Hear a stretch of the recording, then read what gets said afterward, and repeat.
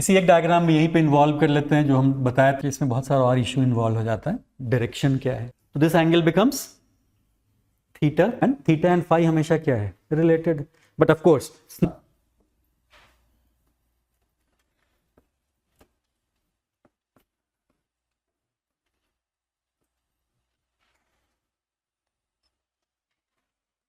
तुम जितना चाहो, जैसा भी डायग्राम ड्रॉ करना चाहो वैसा कर सकते हो, कभी भी इसको यूज करने में कोई कठिनाई होगी नहीं।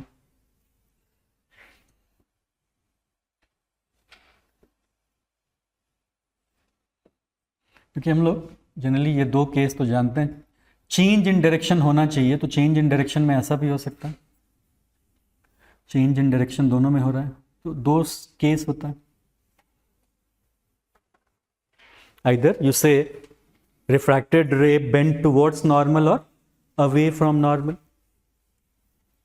This is N1, this is N2, N1, N2,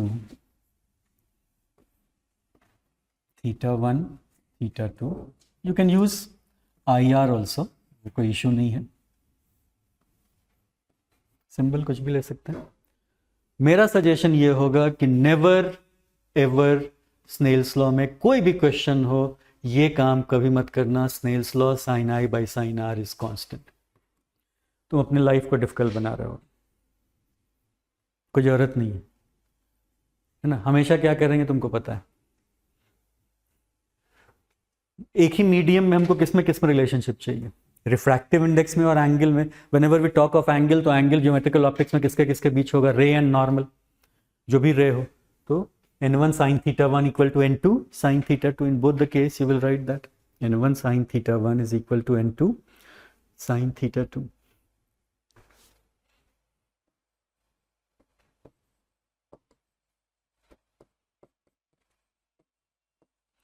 और कभी कभी स्नेल्स लॉ पे बेस्ड क्वेश्चन में ना इनइक्वालिटी भी हो जाता है। इनइक्वालिटी क्यों आएगा, because sin theta is less than equal to 1 or not. Sine theta को क्या होना है, लेस देन और equal to 1, it can not exceed 1। तो कुछ क्वेश्चन मिल जाता है जहां इनइक्वालिटी इन्वॉल्व होता है बेसिक स्नेल्स लॉ में।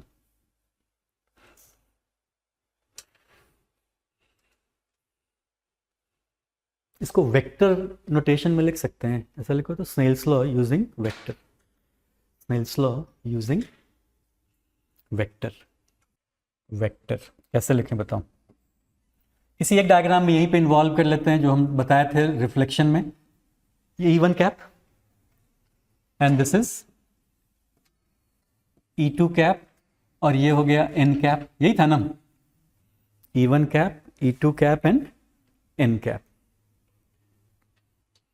चूंकि N कैप तुम यूनिट वेक्टर नोटेशन के लिए N यूज कर रहे हो, तो एक चेंज कर लेते हैं। लेट अस, जो पुराना सिंबल था रिफ्रैक्टिव इंडेक्स के लिए, लेट अस यूज μ1 μ2, कि जैसे मिक्सड अप ना हो जाए। यहाँ n एक आ गया ना सिंबल n कैप, तो क्या यूज कर लेंगे, μ1 एंड μ2, वो यूज कर लेते हैं। ये बताओ E1 cap cross n cap कितने के बराबर होगा, E1 cap cross n cap,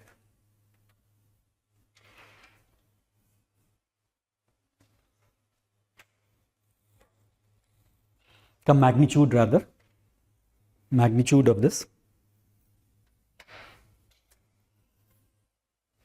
magnitude of this, इसका modulus 1 into 1 into sine of angle between two vectors. कितना एंगल है दोनों के बीच बताओ, एंगल में क्या बताया था, टेल शुड कोइंसाइड, यहां पे क्या कोइंसाइड कर रहा है, हेड एंड टेल, तो कितना एंगल हो जाएगा, थीटा 1 या 180 minus theta 1। This is equal to 1 into sine pi minus theta 1।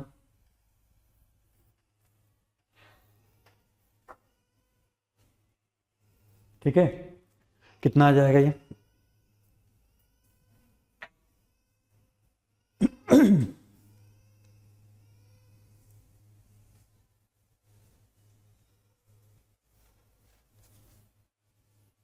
Sine pi minus theta 1।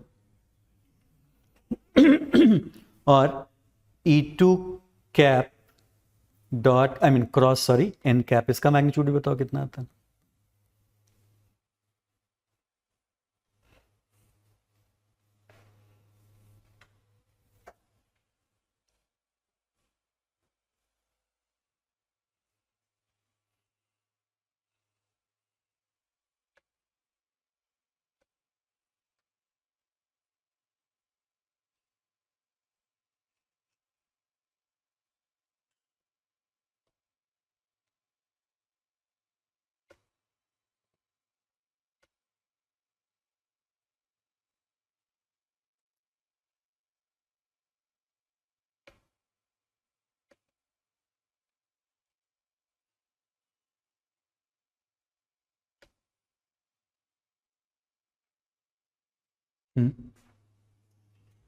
Sine theta 2 हो जाएगा ना? तो कैसे लिख सकते हो इसको बताओ वेक्टर के हेल्प से?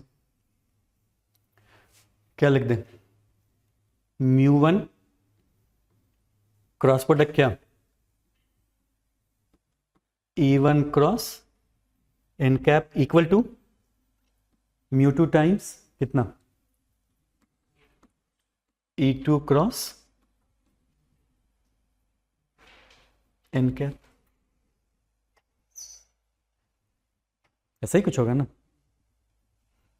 बट ये बहुत, इसमें बहुत सारा और इश्यू इन्वॉल्व हो जाता है। डायरेक्शन क्या है? तो डायरेक्शन का तो कोई मतलब ही नहीं है यहाँ पे।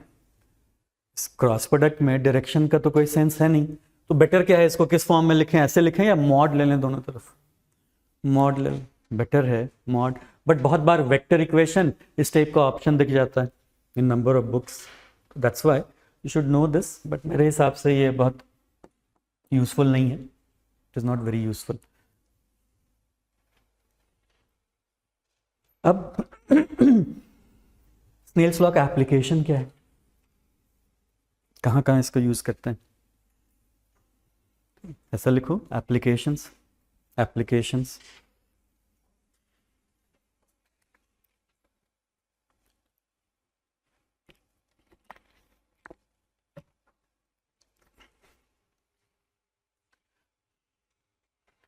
ये बताओ, इस लॉ को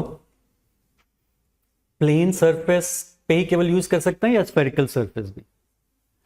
तो फर्स्ट क्या हो गया? Applicable to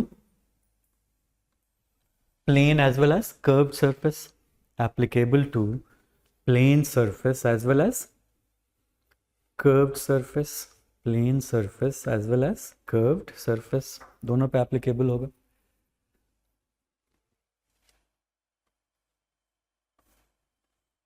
but curved surface हम लोग अलग से डिस्कस करेंगे, कर्व्ड सरफेस वाला पार्ट हम लोग अलग से डिस्कस करेंगे।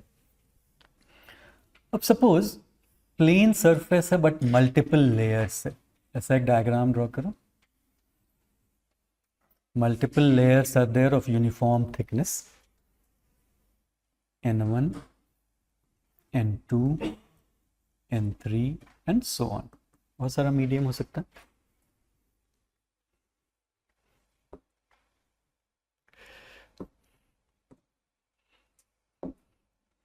एक रे ऐसा इंसिडेंट है। हमेशा जहां से हम लोग डिस्कशन शुरू किए थे, you need a boundary between two different transparent material. तो ये बाउंड्री देखो, यहां पर रिफ्रैक्शन हो रहा है, तो ऐसा एक स्केच कर लेते हैं। ये बाउंड्री 1 इसको लेबल कर देते हैं, and this angle θ1, this is θ2। For boundary 1 तुम डायरेक्टली इक्वेशन लिख सकते हो या नहीं बताओ? For boundary 1 what you will write? n1 sin θ1 is equal to n2 sin θ2। कोई इशू है ही नहीं इसमें, क्यों इसमें पढ़ने जाए आई और आर, θ1 एंड θ2। क्लियर है? हाँ, केवल एंगल लेते समय कहाँ केयरफुल रहोगे? नॉर्मल एंड रे। अब रे, रिफ्रैक्टेड रे मीडियम 2 से अब दूसरे इंटरफेस, दूसरे बाउंड्री पे पहुंचा, अब कहाँ पे रिफ्रैक्शन होना होगा? Second boundary. तो for refraction at second boundary यहाँ पे अब इसको कंप्लीट करते हैं। ये एंगल ज्योमेट्री से बताओ, अगर यूनिफॉर्म थिकनेस है तो बेसिक ज्योमेट्री से if this is θ2 how much will be this angle? Same. लेकिन अगर यूनिफॉर्म थिकनेस नहीं होता तब डिफरेंट होता। लेकिन यहां क्या है? यूनिफॉर्म थिकनेस, और ये एंगल कुछ डिफरेंट होगा बिकॉज रिफ्रैक्शन हो रहा है तो चेंज इन डायरेक्शन, तो दिस एंगल बिकम्स θ3। खुद से अप्लाई करो तो second, for second interface what equation you will write? N2 किसके साथ क्लब होगा? θ2, और N3 के साथ θ3, what equation you will write? N2 sin θ2 is equal to how much? N3 sin θ3, second equation. So this will continue. और अगर मान लो एक N4 भी होता तो तुम क्या करते बताओ? N3 sin θ3 इक्वल टू क्या आता? N4 sin θ4, या जो भी तुम सिंबल लेते हैं एंगल के लिए। 1 और 2 अपने आप में कुछ बता रहा है, सब इक्वल है, तो क्या लिख लें from 1 and 2? N1 sin θ1 is equal to N2 sin θ2 is equal to how much? N3 sin θ3 is a constant, is a constant. ये constant है।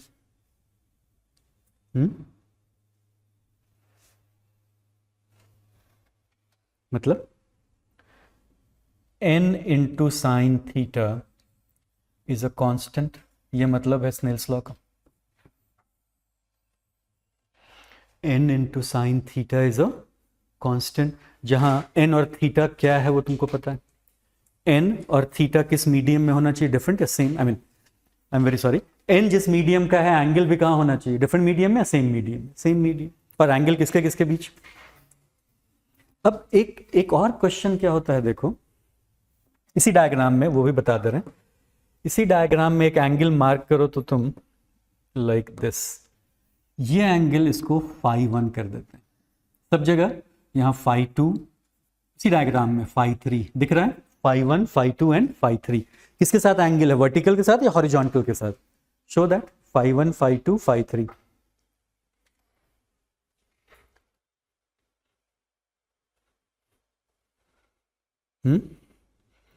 Phi and theta, they are related or not? Phi and theta no relationship या related? क्या relationship है? Phi plus theta is 90 degree, Phi plus theta is 90 degree. कहीं भी लिख देते हैं डायग्राम के प्लस से, Phi plus theta is pi by 2, दिख रहा है ना? Phi1 plus theta 1 is 90, Phi2 plus theta 2 is 90, Phi3 plus theta 3 वो भी कितना है? 90, सारा एंगल 90 डिग्री।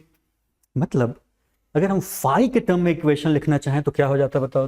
फर्स्ट पे आते हैं, अगर वहां स्पेस है, can you change this? θ1, how much is θ1? Pi by 2 minus φ1, तो ये इक्वेशन क्या हो जाएगा? N1 cos θ1 या cos φ1 इक्वल टू कितना? N2 cos φ2 हो सकता है। तो बहुत बार एग्जाम में ना कॉस के टर्म में होता है, तुम उसको फिगर आउट नहीं कर पाते। तो नीचे जो रिजल्ट हम लोग कंक्लूड किए उसको क्या लिख सकते हैं? n into cos phi is what? Constant. और एक बहुत कॉमन क्वेश्चन है, शायद तुम भी देखे होगे या आप सॉल्व करोगे तो मिल जाएगा। एक, क्योंकि रे वो भी हम लोग डिस्कस करेंगे बट जरूरत नहीं है, रे हम लोग हमेशा स्ट्रेट लाइन ही शो करते हैं, ठीक है? क्या हमेशा रे स्ट्रेट लाइन में ही ट्रैवल करेगा? It is not necessary. ऐसा तब होता है जब रिफ्रैक्टिव इंडेक्स तुम कांस्टेंट लेते हो। इस अभी तुम जो भी केस डिस्कस कर रहे हो उसमें पूरे मीडियम का, एक मीडियम अगर गिवन है तो उसका रिफ्रैक्टिव इंडेक्स क्या है? कांस्टेंट। लेकिन अगेन नेचर में what we find, refractive index is not a constant. Nature में बहुत सारा फिनोमेना तुम ऑब्जर्व करते हो, वो इसलिए ऑब्जर्व कर पाते हैं हम लोग कि एटमॉस्फेयर का जो रिफ्रैक्टिव इंडेक्स है वो वेरिएबल है, it changes with height. Example बताओ, एक अर्लियर क्लासेस में 9th-10th में या उससे पहले तुम पढ़े होगे ऑप्टिक्स में, मिराज फॉर्मेशन, उसमें क्या याद आता है बताओ तो? एटमॉस्फेयर का रिफ्रैक्टिव इंडेक्स कांस्टेंट लेते हैं या वेरिएबल लेते हैं? वही उसका पहला पॉइंट है, वेरिएबल लेते हैं, एंड देन एक टर्म यूज करते हो टोटल इंटरनल रिफ्लेक्शन, वो हम लोग डिस्कस करेंगे।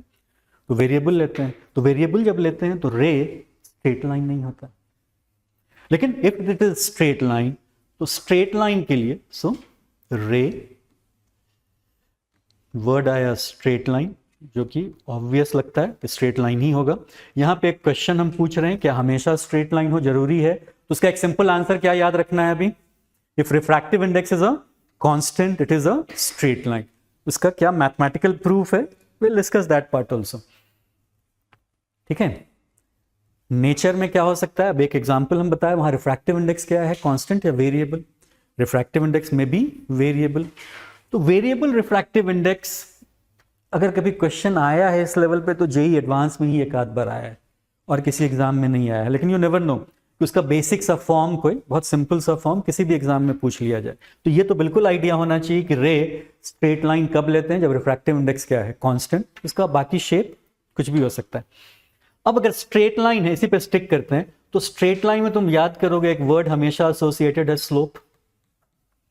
एक टर्म क्या एसोसिएटेड है स्ट्रेट लाइन से? स्लोप। ऑब्जेक्टिव में तुमको ये बहुत सारा क्वेश्चन मिलेगा, what is slope of refracted रे? फाइंड स्लोप ऑफ रिफ्रैक्टेड रे। तो अब देखो तो तुमको फाई से मतलब होगा या नहीं? स्लोप ऑफ रिफ्रैक्टेड रे मतलब फाई या टैन फाई चाहिए?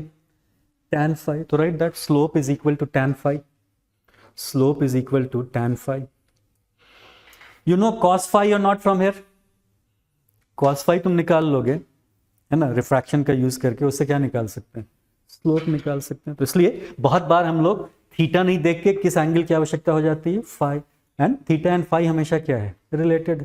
But of course Snell's law को किस एंगल से मतलब है? थीटा से। Snell's law is concerned with theta and theta and phi they are related. तो उस टाइप का भी क्वेश्चन बनाया जा सकता है। तो इसको तुम दो तरह से लिख सकते हो, साइन फंक्शन भी और कॉस फंक्शन भी, दोनों एक ही चीज है, केवल मैथमेटिकल मैनिपुलेशन। तब अभी हम एक टर्म यूज किए, टोटल इंटरनल रिफ्लेक्शन। एक फिनोमेना क्या होता है, तो उसका पहले बहुत बेसिक आइडिया हम लोग डिस्कस करेंगे, क्योंकि उस पर बेस बहुत सारा न्यूमेरिकल होता है। तो तीसरा आते हैं स्नेल्स लॉ में ही,